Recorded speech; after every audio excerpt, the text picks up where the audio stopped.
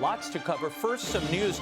Catholic bishops in Germany on Tuesday chose a new leader with a challenging agenda, including controversial reform proposals and compensation demands from sex abuse victims. Bishop of Limburg, George Betzing, has openly expressed support for the German synodal path and the need to restore the credibility of the Catholic Church in Germany. Betzing replaces Cardinal Reinhard Marx, also considered a liberal, who announced his retirement last month. On Tuesday, the Vatican sought to end the speculation that Pope Francis might have contracted the coronavirus following nearly a week of concern about the Pope's health amid the epidemic spread in Italy. Quote, the Holy Father's cold, diagnosed in recent days, is running its course without symptoms attributable to other pathologies, the Vatican spokesman Matteo Bruni said. Mr. Bruni was responding to an Italian media report that the Pope had been tested last week for the coronavirus with a negative result. In Italy, the government announced that schools will close until mid-March. Italy's Tourism Federation said up to 90% of hotel and travel agency bookings for March have been canceled in Rome, and up to 80% in Sicily. And the streets are completely deserted. Palestinian officials, meanwhile, on Thursday announced that the Church of the Nativity in the biblical city of Bethlehem will be closed indefinitely over fears of the new coronavirus, weeks ahead of the busy Easter holiday season. And a high-ranking Vatican official is taking retired Hong Kong Cardinal Joseph Zen to task this week. The newly appointed dean of the College of Cardinals, Giovanni Battista Re, said in a letter to the full college, he claims that the Vatican-China deal represents policy that both St. John Paul II and Benedict XVI supported. And he attacks Zen for his vocal opposition to the deal, particularly Zen's letter to the College of Cardinals in September of 2019, decrying the agreement.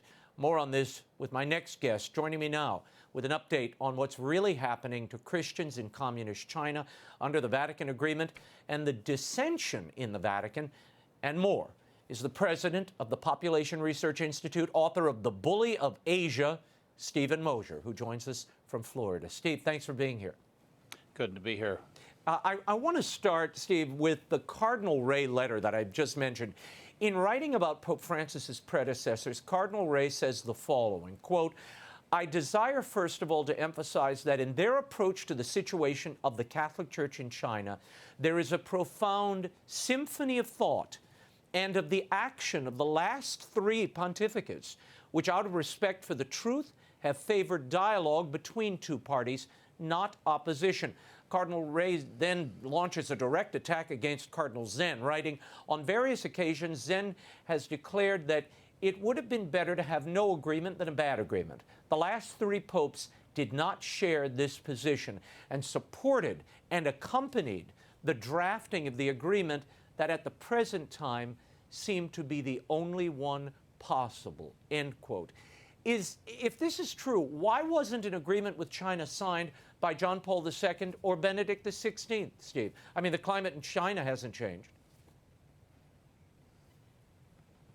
Well, the climate in China actually has changed. It's gotten a lot worse over the last few years, especially under President for Life Xi Jinping.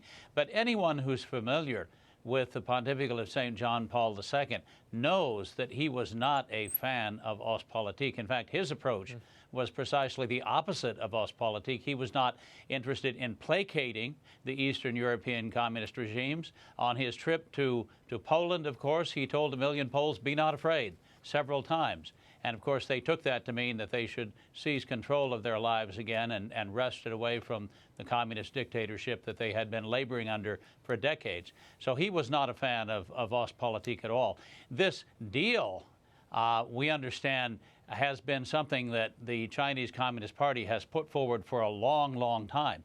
It was not accepted by Pope John Paul II, and I believe Pope Benedict has made it clear in interviews that he was not a fan of the deal either, that he did not accept the deal. Now, I realize that Cardinal Ray puts a different spin on it, but Cardinal Zen himself has said he knows that Pope Benedict was not in favor of this deal. This is a long-standing proposal on the part of the Chinese Communist Party for the Vatican basically to consent to its control of Catholicism in China. That's why it was rejected by the two previous popes, and I find it somewhat disingenuous that Cardinal Ray tries to use the borrowed authority of two popes who, well, one of whom can't speak out on this issue because he's gone to his reward, and the other of whom probably won't either, out of respect for the current pope. But I think this is a complete misrepresentation of the position of the previous two popes. Yeah, well, Cardinal Zen, in his letter back to Ray, he quotes an interview, which you referenced, from Benedict XVI, talking about his view of communism that he shared with John Paul. At the end, he says, obviously, nobody could expect the communism in Europe would collapse so soon. But anyway, instead of being conciliatory and accepting compromises, it was necessary to resist it forcefully. That was the fundamental vision of John Paul II, which I shared. Now, I recently interviewed Cardinal Zen. This is what he had to say about the current climate in China and how the Vatican-China deal contributed to what we're seeing there. Watch. I'm very, very sad to say that all this happened also because of the wrong policy in the Vatican, you see? Because they have done everything to give the church into the hands of the enemy. You see, the first act is that so-called secret agreement. Right. The second act is to legitimize the 7 bishops. The 7 bishops who were excommunicated and part of the government-run church. Now they're legitimized. They've been brought in. They've been the excommunications have been lifted. They are now the legitimate bishops in the land. And in the meantime, they have told the 2 legitimate bishops to step down. The last act, even more terrible, the Holy See has encouraged everybody to join the Patriarchal Association, to come into the open and to obey the government. The encouragement there, Steve Mosher, by the Vatican for Chinese Catholics to leave the underground church and join the Patriotic Association run by the government, isn't that what's hurt these Chinese Catholics the most? And isn't this just what the Xi regime wanted? Well, it is, because the Patriotic Association is a schismatic organization, obviously not even a bishops organization of bishops. It's controlled by the Communist Party directly through the United Front Department. It includes representatives chosen by the Communist Party of the laity and other people associated with church organizations in China. So it's not just the bishops themselves. But the other thing I would say about the agreement is it's going to expire in September. On September 22nd. This is a provisional agreement. The secret agreement was only supposed to run for 2 years. And, you know, by their fruits you will know them. What have been the fruits of this agreement? Has the Vatican got any one of the 40 bishop candidates that it selected in years past to be elevated to the episcopacy? Has the Communist Party agreed to advance the names of even one? The answer is no. The Communist Party got everything it wanted. It got the 7 illegitimate bishops legitimized. It managed to have the 2 bishops who were staunch in opposition to the party deposed. And what has the Catholic Church gotten in return from the Chinese Communist Party? Effectively, nothing. Cardinal Parolin has said over and over again, we must give the agreement time. Actually, time is not on the side of the Catholic Church in China. Time is running out. Yeah. I want to play for you the Pope's prayer intention for the month. Now, he video recorded this, so this is the message. Watch. The Church wants Chinese Christians to be truly Christians and be good citizens. They should promote the gospel, but without engaging in proselytism. And they need to achieve unity of the divided Catholic community. Steve Mosher, how is that received by the faithful in China, do you think? Well, the underground church, of course, has been in hiding from the authorities now since 1958. Many have spent decades in prison. And for them to be told they must now sign an agreement to join the Patriotic Church requires them to violate their conscience. Now, the pastoral guidelines that were issued last summer do say that anyone who has a conscientious objection to signing the new agreement to join the Patriotic Church should refuse to do so. But there are consequences for refusing to do so, especially if you're in the position of seeming to oppose the Catholic Church itself in your resistance to signing the document. The Catholics in China and the underground church have been put in a terrible position. And don't forget that even those faithful Catholics in the Patriotic Church, and there are some faithful Catholic priests and laity, are now under increasing pressure. You cannot bring your own children to Mass with you. Catechism classes have been canceled. Summer camps have been canceled. The Church cannot engage in any activities, even helping people in the coronavirus-struck areas of China. The Church has been forbidden to engage in charitable acts there. They want to confine Catholics to the buildings owned by the Catholic Church, although some of those are being torn down, and they want to prevent the faith from spreading. So for anyone in the Vatican to say don't engage in proselytization, that's pretty much forbidden in China anyway by the authorities. And to be a good citizen, which basically means follow your masters, follow Xi and what's being laid out for you, and just keep your head down. I mean, that's really what's being prayed for there. Yeah, and it's really a complete misunderstanding of the political situation in China, because under the Chinese Communist Party, in China it is politics first, last, and always. So that when you're a good citizen in the United States, that means you vote, right? You educate yourself on issues.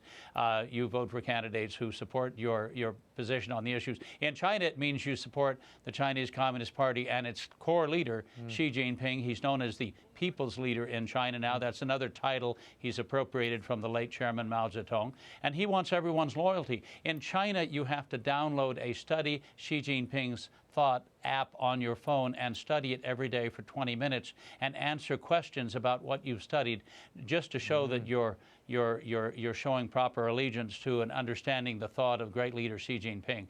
Chinese Catholics have been told not to read the Bible, because everything that's good and beautiful and true comes from the Chinese Communist Party, so they should put their Bibles aside, study Xi Jinping on their iPhones, and answer the questions and be good citizens of China. Scary. Your thoughts on Cardinal Ray's insistence that Benedict XVI allegedly approved this agreement? Cardinal Zen challenged him on that. Do you believe that he could have ever embraced something like this, given the letter that Benedict himself wrote in the early 2000s to the Chinese Church? Well, let me go back to something Cardinal Parolin told me a little over a year ago. He said, the agreement is already finalized. We're just waiting for the Chinese side to come over and sign it. Now, I believe that has been the Chinese Communist Party's proposal for a long, long time, over a decade. If Pope Benedict actually was ready to approve the agreement, there were no obstacles to him doing that back in 2010 or 2012. He didn't do it. What does that tell you, Raymond? Yeah, well, Cardinal Zen, when he sat here on my set, he insisted that the Holy Father was being manipulated. He blamed Cardinal Parolin. Do you see truth in that statement? Raymond, I really have no way to judge the relationship between the Cardinal Secretary of State and Pope Francis. I know that Pope Francis, like every pope going back to probably St. Peter, was eager to evangelize the East, and it is a lacuna, it is a gap in our evangelization that we have not been able to reach China in a big way over the centuries. So I'm sure that hope burns in Pope Francis's heart as well. But for someone to represent to him that this agreement marks progress towards that goal is absolutely false, and a misrepresentation of the real situation on the ground in China, which is, as I say, getting worse by the day, not better. Yeah, I was struck that they would attack Zen in such a visible way, but this is hardball, and no dissent will be allowed, apparently, about this secret agreement that not even Zen or any Chinese bishop has been allowed to see. Moving on to another topic, dealing with China, one you've been writing about in recent days, the coronavirus. Now, you claim in a recent article that you believe the virus escaped from the National Biosafety Laboratory, part of the Wuhan Institute of Virology. How did you come to that? Well, I connected the dots, and the dots begin with this. We know that China is a signatory to the 1972 Bioweapons Convention. We know that it has been violating that convention ever since the ink was dry on that document. So they do have an actual bioweapons program. As part of that program, they've been collecting dangerous viruses, including coronaviruses, from animals and from around the world. There have actually been instances in North America, in a Canadian lab and in American labs, of coronavirus samples being stolen and spirited back to China. Where are those pathogens, those dangerous pathogens, being collected and studied? They're being collected and studied in the Wuhan Institute of Virology. It is the only level 4 lab in China. There's a level 3 near Beijing. This is the only level 4, the highest level of containment of dangerous pathogens supposedly exists in Wuhan. Now, we know that there have been viruses, dangerous pathogens that have escaped from Chinese biolabs before. There was a SARS epidemic back in 2003, and then 2 more epidemics in 2004. Why? Because the SARS virus escaped from the lab in Beijing and caused deaths and many illnesses in China. So we know that the lab protocols are weak. We also know that that in the case of the epidemic, the beginning of the epidemic, the very epicenter of the epidemic, is in the city of Wuhan, only a few miles from the Wuhan Institute of Virology. China is a big country, Raymond. There are 3 million square miles almost. If it passed innocently from an animal to a human somewhere in China, it probably would have happened in Xinjiang or Tibet or Manchuria or somewhere else. Why did it happen right next door to the Institute of Virology in Wuhan? Probably because it escaped from the lab there. Wow. Now, the Chinese pointed to snakes and bats not far from that lab, and some scaly anteater as the origin of this coronavirus. Do you believe the Chinese story? And what do you make of the World Health Organization numbers and reportage on this particular virus and its spread? Well, I believe that the virologists who were working in the bioweapons program of the People's Liberation Army at the Institute of Virology were collecting coronaviruses from all different kinds of animals. They were not only stealing them from labs overseas, they were collecting them from little scaly anteaters called pangolins. They were collecting them from bats and other animals, looking to see which coronaviruses would be most effective. But I believe that the virus, whether it began in a bat or not, it ended up in a laboratory, the laboratory in Wuhan, from which it escaped. Now, the other thing that you can say about a possible vector is this. There are credible reports. In fact, there are people in prison now, researchers in prison in China now, because they, after experimenting on their lab animals, they sold the lab animals on the local fresh meat market. Now, let me repeat that. Researchers in China have been accused of, after experimenting with their lab animals, taking those same lab animals, rats or bats or pangolins, and then selling them on the local meat market for sale as meat. That's another way that the virus could have escaped from the laboratory. In addition to the idea, of course, someone becoming infected due to poor lab protocol and then going out on the street and infecting others, it could have come by the vector of an infected animal sold to make a profit on the side. What about the World Health Organization, before I let you go? You trust their numbers and reporting on this? I do not trust the World Health Organization at all, and I will tell you why. The head of the World Health Organization, Dr. Tedros, was China's candidate for that position, and China very generously bestowed an $850 million medical research center in the capital city of Ethiopia, where Dr. Tedros is from. So I think when Dr. Tedros got to China, he was already a month and a half late. And when he came back from China on that first visit and he told us that everything is under control, the Chinese are doing a great job at controlling the spread of the coronavirus, he was not telling the truth. He was simply repeating what the Chinese Communist Party leader Xi Jinping told him. But let me say this also, Raymond. We have in the United States the best medical care system in the world. We are number one when it comes to dealing with threats like this. This is a flu. virus. We Right. deal with the flu every winter, Right. and we will get through this by finding cures for the disease, by finding a vaccine for the disease quicker than anyone else in the world. This is not the Black Death. Yeah. This is a flu epidemic. We can handle it. We're ahead of the curve thanks to the president banning flights from China. We're ahead of the curve thanks to the vice president leading a great task force to deal with the problem on the ground throughout the United States. We don't have the epidemic that Italy has. We don't have the epidemic that Iran has or other countries because we stopped the flights immediately. We're out of time, but I have to get one quick thing in. Jimmy Lai, the media mogul, freedom fighter in Hong Kong, was arrested this past week for illegal assembly connected to a protest in Hong Kong. This is, now he could face 5 years in prison or more. He writes regularly for the Wall Street Journal. He's talked about the deception of China. Your thoughts on this? Should we be doing something? Should the United States be doing something to liberate Jimmy Lai? Well, we should. We should recognize that Jimmy Lai may very well be a prisoner of conscience in a Hong Kong prison at the behest of the Chinese Communist Party across the border, which wants him silenced.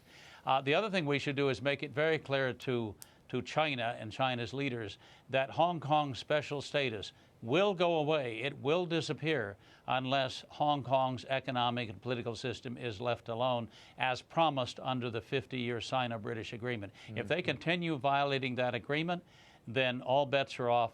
We'll just consider Hong Kong to be another Shanghai, another Tianjin, and that will hurt China's economy tremendously. Stephen Mosher, author of Bully of Asia, Why China's Dream is the New Threat to the World Order, is available at bookstores everywhere and online. Thank you so much, Steve. Thank you.